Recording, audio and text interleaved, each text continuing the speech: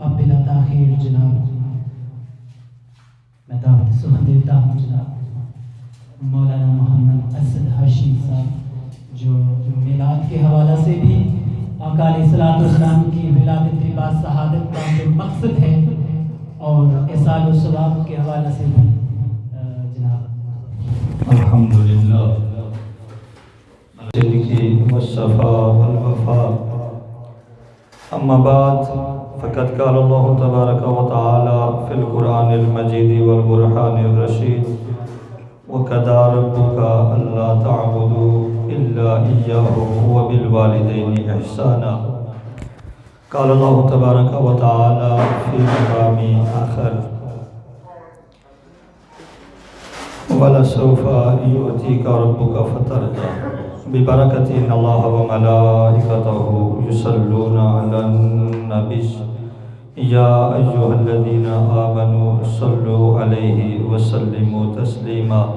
محبت کے ساتھ کوئی لب خاموش نہ رہے، کیونکہ آقا دو جہاں صلی اللہ علیہ وسلم کی ولادت باسعادت کی خوشی میں یہ میلاد پاک بھی ہے اور اصال ثواب کی بھی محفل ہے۔ ہر آنے والا اپنی حاضری لگواتا ہے، کوئی چیز پیش کرتا ہے، کوئی چیز پیش کرتا ہے، لیکن جب ایسی محافل پر کہیں جانا نصیب ہو جائے تو کوشش کیا کریں۔ دنیا کے تحفے تو اپنی جگہ ہیں، لیکن بارگاہ مصطفی میں درود و سلام کا تحفہ ضرور پیش کیا کریں کہ اس تحفے کے پیش کرنے کی وجہ سے اللہ تبارک و تعالی، اللہ کے حبیب فرماتے ہیں جو بندہ مجھ پر ایک مرتبہ درود پڑھتا ہے اس کے نامہ اعمال میں اللہ تبارک و تعالی 10 نیکیاں درج فرماتا ہے، اور اس بندے کے نامہ اعمال سے 10 گناہوں کو مٹا دیا جاتا ہے اور 10 اس کے درجات بلند کر دیے جاتے ہیں۔ یہ تحفہ دیکھیں پڑھیں نبی پر اور ثواب ہمیں مل رہا ہے۔ محبت کے ساتھ سارے پڑھیں اللہم صلی علی سیدنا و مولانا محمد وعلی آل سیدنا و مولانا محمد کما تحب و تردانا الصلاة والسلام علیک یا سیدی یا رسول اللہ وعلی آلک و اصحابک یا خاتم النبیین۔ کوئی بن گیا رونق پکھیاں دی، کوئی بن گیا رونق پکھیاں دی، کوئی چھوڑ کے شیش محل چلیا۔ سمجھنے کی کوشش کریں، کوئی بن گیا رونق پکھیاں دی، کوئی چھوڑ کے شیش محل چلیا، کوئی بھول گیا مقصد آمندہ، کوئی کر کے مقصد حل چلیا۔ اتھے ہر کوئی فرید مسافر، کوئی اج چلیا کوئی کل چلیا۔ یہ دنیا ایک مسافر خانہ ہے۔ ہمارے بھائی ڈاکٹر جبران صاحب کی والدہ محترمہ اس دنیا سے چلی گئی ہیں۔ ہمارے والدین کثیر تعداد میں شاید لوگ موجود ہوں گے، کسی کی والدہ نہیں ہوگی، کسی کے والد نہیں ہوں گے، کسی کے بھائی نہیں ہوں گے، کسی کا کوئی رشتہ دار نہیں ہوگا، تو یہ دنیا فانی ہے۔ ہر ایک انسان نے اس دنیا سے جانا ہے، تو جانے کے بعد بھی اللہ تبارک و تعالیٰ نے 2 ایسی عظیم ہستیاں ہیں جو اس دنیا میں موجود ہیں، تب بھی ہمارے لیے برکت ہی برکت ہے، اور دنیا سے چلے جائیں تب بھی اللہ نے یہ دروازہ برکتوں والا بند نہیں کر دیا۔ یہ دروازہ جب تک ہماری زندگیاں ہیں، تا صبح قیامت ان کی قبر پر جا کر قبر کی زیارت کرنے سے اور قبر پر جا کر قرآن مجید کی تلاوت کرنے سے اللہ تبارک و تعالی برکتوں کا نزول فرماتا ہی رہتا ہے۔ حدیث کا مفہوم ہے، اللہ کے حبیب فرماتے ہیں جب کسی بندے کے والد یا والدہ اس دنیا سے چلے جائیں، وہ دنیا میں موجود تھے، صبح سویرے اٹھ کر ان کے چہرے کی زیارت کیا کرتا تھا، اللہ اس بندے کو حج مقبول کا ثواب عطا فرماتا تھا۔ وہی والدہ یا والد دنیا سے چلے گئے، فرمایا جمعے کے روز قبر پر چلے جایا کرو، یہ دروازہ بند نہیں ہوا، جمعے کے روز قبر پر چلے جایا کرو، وہاں پر جا کر سورہ یاسین کی تلاوت کر لیا کرو۔ اگر وہ نہیں آتی تو ایک مرتبہ سورہ فاتحہ الحمد شریف، جسے الحمدللہ رب العالمین ہر انسان جانتا ہے، آتی بھی ہے سب کو، اس کے بعد 3 مرتبہ سورہ اخلاص پڑھو، اس کے بعد درود پاک پڑھ کر دعا کرو، اللہ تبارک و تعالیٰ تمہارے والدین کی بھی بخشش فرما دے گا اور تمہاری بھی بخشش فرما دے گا۔ تو یہ ایسے دروازے ہیں جو کبھی بند نہیں ہوتے۔ دوران خطبہ میں نے 2 آیتیں تلاوت کی ہیں، قبلہ ادیب صاحب نے موضوع 2 دے دیے ہیں، وقت مختصر ہے، کوشش کروں گا ان کی خواہش پوری ہو جائے۔ دیکھیں اللہ تبارک و تعالیٰ اپنے محبوب کو فرما رہے ہیں وَلَسَوْفَ يُؤْتِيكَ رَبُّكَ فَتَرْضَىٰ، اے محبوب ان قریب ہم آپ کو اتنا عطا کریں گے کہ آپ ہم پر راضی ہو جائیں گے۔ اب اللہ کے حبیب کیا لے کر راضی ہوں گے؟ کون سی ایسی چیز ہے جو اللہ کے حبیب کے ہاں پیش کی جائے گی اللہ کے حبیب راضی ہو جائیں گے؟ جب آپ صلی اللہ علیہ وسلم آپ کی اس دنیا میں ولادت ہوتی ہے، آپ آمنہ کے ہاں تشریف لاتے ہیں، تشریف لاتے ہی آپ نے سر سجدے میں رکھ دیا اور ہمیں کیا میسج دیا کہ دنیا پر رہنے والے میرے امتی کہلانے والے مسلمانوں، یہ سجدہ جسے تم آج گراں سمجھتے ہو، جسے آج تم بھول بیٹھے ہو، یہ سجدہ کوئی عام چیز نہیں ہے۔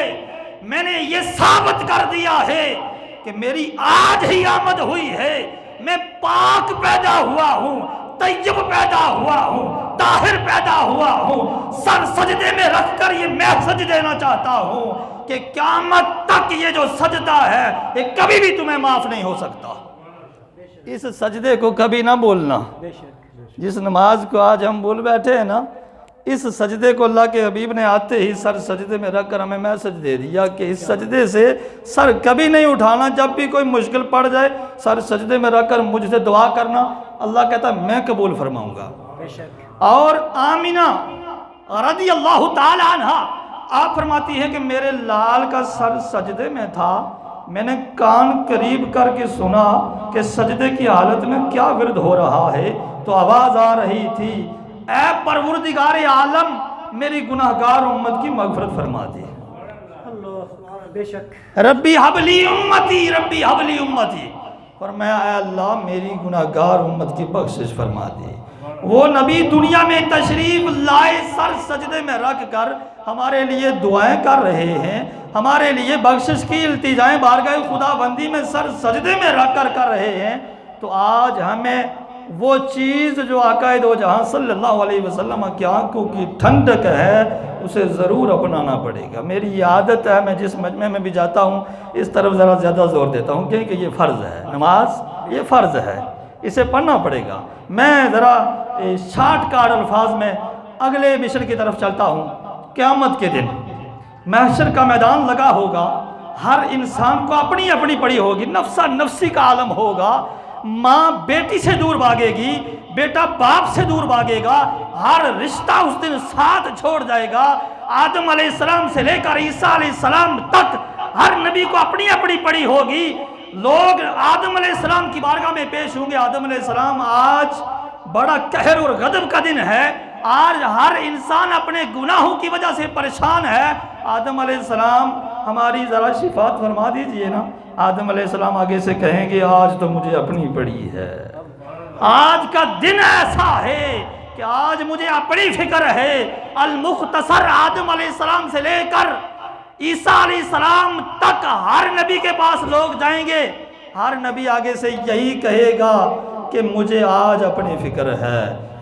اور وہ وقت آئے گا کہ ایک نبی کہے گا کہ وہ آمنہ کے لال ہیں آج جن کی شفاعت اللہ قبول فرمائے گا، اور ان کی شفاعت کی وجہ سے گناہگاروں کو اللہ جنت میں داخل فرمائے گا۔ وہ نبی سر سجدے میں رکھے ہوں گے، قیامت کے روز بھی پیدا ہوئے تو سر سجدے میں تھا، قیامت کے روز بھی آپ کا سر سجدے میں ہوگا۔ اللہ فرمائے گا اے محبوب سر سجدے سے اٹھا لے، چاہتا کیا ہے؟ پروردگار عالم کے حکم پر اللہ کے حبیب فرمائیں گے اے پروردگار عالم تب تک میں سر سجدے سے نہیں اٹھاتا جب تک میرا آخری امتی بھی جہنم سے نکال کر جنت میں نہیں داخل فرما دیں گے۔ اللہ تبارک و تعالی فرمائے گا محبوب سر سجدے سے اٹھا لیجئے، اپنی واللیل والے زلفوں کی زیارت کروائیے اور اس زیارت کے بدلے اپنی امت کی بخشش کروا لیجئے۔ اللہ تبارک و تعالیٰ فرماتا ہے وَلَا سَوْفَ يُؤْتِيكَ رَبُّكَ فَتَرْضَىٰ، اللہ کے حبیب فرماتے ہیں میں تب تک نہیں راضی ہوں گا جب تک میرا ایک امتی بھی جہنم سے نکال کر جنت میں نہیں داخل فرما دیا جائے گا۔ تو آج ہم دنیا میں رہتے ہوئے اللہ کے حبیب کے احکامات اور آپ کے احادیث کے مطابق زندگیاں بسر کرتے ہیں؟ یہ سوچنا چاہیے۔ جانا ہم میں سے ہر انسان نے قبر میں ہے۔ یہ والدین، یہ جو اللہ نے ہمیں اتنی بڑی نعمت عطا فرمائی، فرمایا وَقَضَىٰ رَبُّكَ أَلَّا تَعْبُدُوا، فرمایا میری عبادت کرو، میری عبادت کے سوا کسی کے آگے سر نہیں جھکانا۔ اپنی عبادت گزاری کے بعد، اپنی عبادت کا حکم دینے کے بعد فرمایا جو تم پر سب سے بڑا فریضہ ہے، فرمایا وَبِالْوَالِدَيْنِ إِحْسَانًا، اپنے والدین کے ساتھ حسن سلوک سے پیش آئے۔ والدین کے ساتھ حسن سلوک کیا ہے؟ ایک حدیث کا مفہوم ہے، اللہ کے حبیب فرماتے ہیں کہ تمہارے والد یا والدہ دونوں میں سے کوئی ایک بڑھاپے کی حالت میں ہے، اسے بیماری لگ گئی ہے، بیماری کی وجہ سے اس کے جسم میں پیپ پڑ گئی ہے، تمہارے پاس کپڑا تھا جس کے ساتھ آپ والد یا والدہ کے جسم سے پیپ صاف کرتے تھے، فرمایا وہ کپڑا ختم ہو گیا، وہ ٹیشو اگر تھا ختم ہو گیا، فرمایا آپ اپنی زبان کے ساتھ والد یا والدہ کے جسم پر ہوئے زخم سے پیپ نکال کر منہ میں ڈال کر چاٹ چاٹ کر تھوکتے رہو، تب بھی تم اپنے والد یا والدہ کے ایک دن کا حق میں نہیں مکا سکتے۔ ذرا سوچیں، والدہ کے جسم میں پیپ پڑی ہے، کپڑے کے ساتھ صاف کر رہے ہیں، کپڑا نہیں رہتا، زبان کے ساتھ چاٹتے ہیں، پھر تھوکتے ہیں، پھر چاٹتے ہیں، پھر تھوکتے ہیں، فرمایا تم یہ عمل قیامت تک کرتے رہو، تب بھی تم اپنے والدین کا حق نہیں مکا سکتے۔ یہ ان کا اتنا بڑا مقام ہے۔ فرمایا صبح و سویرے جب انسان جاگتا ہے، جن کے والدین زندہ ہیں وہ ان کی قدر کریں۔ سب سے بڑی نعمت، سب سے بڑا پیر، سب سے بڑا ولی۔ آج لوگ یہ پریشانیوں کا اظہار ہمارے سامنے آ کر کرتے ہیں، ہمارے گھر میں پریشانی ہے، تکلیف ہے، تنگ دستی ہے۔ سب سے بڑی وجہ یہ ہے کہ ہم آج والدین کے نافرمان ہو چکے ہیں۔ والدین کی فرمانبرداری میں زندگی بسر کریں۔ اللہ کے حبیب فرماتے ہیں یہ جو بوڑھا سفید بالوں والا تمہارے گھر میں بڑھاپے کی حالت میں اپنی چرپائی پر موجود ہے، فرمایا اس بوڑھے کے سفید بالوں کی وجہ سے تیرے سارے گھر والوں کو رزق دیا جاتا ہے۔ یہ جو رزق تمہیں عطا کیا جاتا ہے نا، یہ اللہ کی جو نعمتیں نازل ہوتی ہیں، فرمایا یہ بوڑھے ماں باپ کے سفید بالوں کی برکت کی وجہ سے نازل ہوتی ہے۔ اور فرمایا جب یہ والدین اس دنیا سے چلے جائیں، ایک صحابی تھے، حاضریاں بھی آ چکی ہیں، ایک صحابی تھے، مشکات شریف اور بخاری شریف میں یہ حدیث موجود ہے۔ آپ فرماتے ہیں کہ میں کہیں سفر پر تھا، میری والدہ کا انتقال ہو جاتا ہے، میں بارگاہ مصطفی میں حاضر ہوتا ہوں، یا رسول اللہ صلی اللہ علیہ وسلم فدا کا امی و ابی، میرے ماں باپ یا رسول اللہ پر قربان ہو جائیں، میں کہیں سفر پر تھا، میری والدہ کا انتقال ہو گیا، کوئی ایسا عمل بتائیں جس عمل کی وجہ سے کروں میں اور اس کا ثواب میری والدہ کو قبر میں پہنچے۔ تو اللہ کے حبیب فرماتے ہیں اے میرے صحابی، محراف نام کا جو تیرا باغ ہے وہ اپنی والدہ کی طرف سے صدقہ کر دے، جب تک اس باغ سے لوگ کھا کر سیراب ہوتے رہیں گے تب تک تیری ماں کو قبر میں ثواب ملتا رہے گا۔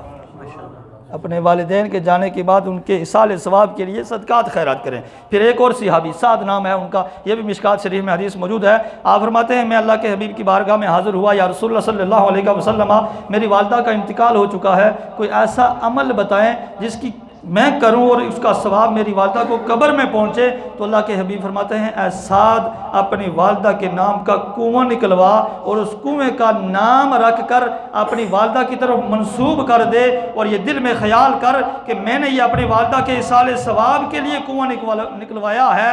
فرمایا جب تک اس کنویں سے لوگ پانی پی کر سیراب ہوتے رہیں گے تب تک تیری ماں کو قبر میں ثواب ملتا رہے گا۔ بے شک وہ کنواں آج بھی موجود ہے، سعد کی ماں کا کنواں، اس کا نام ہی رکھ دیا گیا۔ احباب دی وقار، زندگی اللہ نے دی ہے، میلاد ضرور بنائیں، یہ مستحب عمل ہے، ضرور بنانا چاہیے، گھر گھر میں بنائیں۔ اور میں یہ بھی کہتا ہوں کہ بڑے بڑے خطیب، بڑے بڑے نعتخوان اگر نہیں بلانے کی طاقت تو بالکل نہ بلائیں، گھر میں بیٹھ کر بچے کو کہیں وہ تلاوت کرے، نعت پڑھیں، خود نبی کی حدیث بیان کریں، سب سے بڑا میلاد یہی ہے۔ اگر نہیں توفیق تو یہ ایسا عمل نہیں ہے جو امیر کر سکے غریب نہ کر سکے، یہ ایسا عمل نہیں ہے۔ اللہ کے حبیب غریبوں کے بھی نبی ہیں، امیروں کے بھی نبی ہیں۔ فرمایا غریب انسان جو دنیا میں مفلسی سے زندگی بسر کرتا ہے، فرمایا امیروں سے 4000 سال پہلے جنت میں داخل ہوگا۔ اللہ کے حبیب آئے فرمایا میں رحمت للعالمین نبی ہوں، سارے جہان کے لیے میں رحمت بنا کر بھیجا گیا ہوں۔ اگر میلاد توفیق ہے تو دھوم دھام کے ساتھ بنائیں، اگر اتنی بڑی توفیق نہیں ہے تو گھر میں چھوٹا سا میلاد کر لیں، اللہ قبول فرمانے والا ہے۔ اور اس میلاد کے ساتھ ساتھ گھر میں قرآن مجید کی خود بھی تلاوت کیا کریں، اپنے بچوں کو بھی کہا کریں، خود بھی نماز پڑھا کریں، اپنے گھر والوں کو بھی نماز کے لیے کہا کریں۔ سب سے بڑا میلاد یہی ہے۔ جب ہم نماز پڑھیں گے، تکبیر تحریمہ کہہ کر قیام کریں گے، رکوع سجدہ، جب ہم جائیں گے سجدے سے پہلے تشہد میں، تو وہاں پر جا کر میلاد خود بے خود بن جائے گا۔ جب ہم پڑھیں گے اللہم صلی علی محمد وعلی آل محمد کما صلیت علی ابراہیم وعلی آل ابراہیم، سب سے بڑا میلاد یہی ہے۔ نماز پڑھیں میلاد اسی میں ہو گئے، لیکن اس سے پہلے میں میلاد کو کوئی منکر نہیں ہوں، میلاد بنانا چاہیے، ضرور بنانا چاہیے۔ توفیق دی ہے اللہ نے، اپنے گھر میں چراغاں بھی کرنا چاہیے، بڑے بڑے جو ہیں یہ بندوبست بھی کرنے چاہیے، لیکن کوئی غریب یہ نہ سوچے کہ میرے پاس اتنی رقم نہیں ہے میں میلاد نہیں کر سکتا۔ ہر شخص میلاد کرے۔ اللہ تبارک و تعالیٰ کی بارگاہ میں دعا کرتے ہیں کہ پروردگار عالم یہ مہینہ جو ببرکت مہینہ ہے، اللہ کے حبیب کی اس مہینے میں آمد ہوئی ہے، اللہ تعالیٰ اپنے حبیب کے صدقے جناب برادر مکرم ڈاکٹر جبران صاحب کی والدہ محترمہ کی کامل اور اکمل بخشش اور مغفرت فرمائے، اور ان کے نانا جان کی بھی مغفرت فرمائے، اور دیگر ان کے خاندان کے ساتھ تعلق رکھنے والے جتنے بھی لوگ اس دنیا سے چل بسے ہیں، اللہ سب کی مغفرت فرمائے۔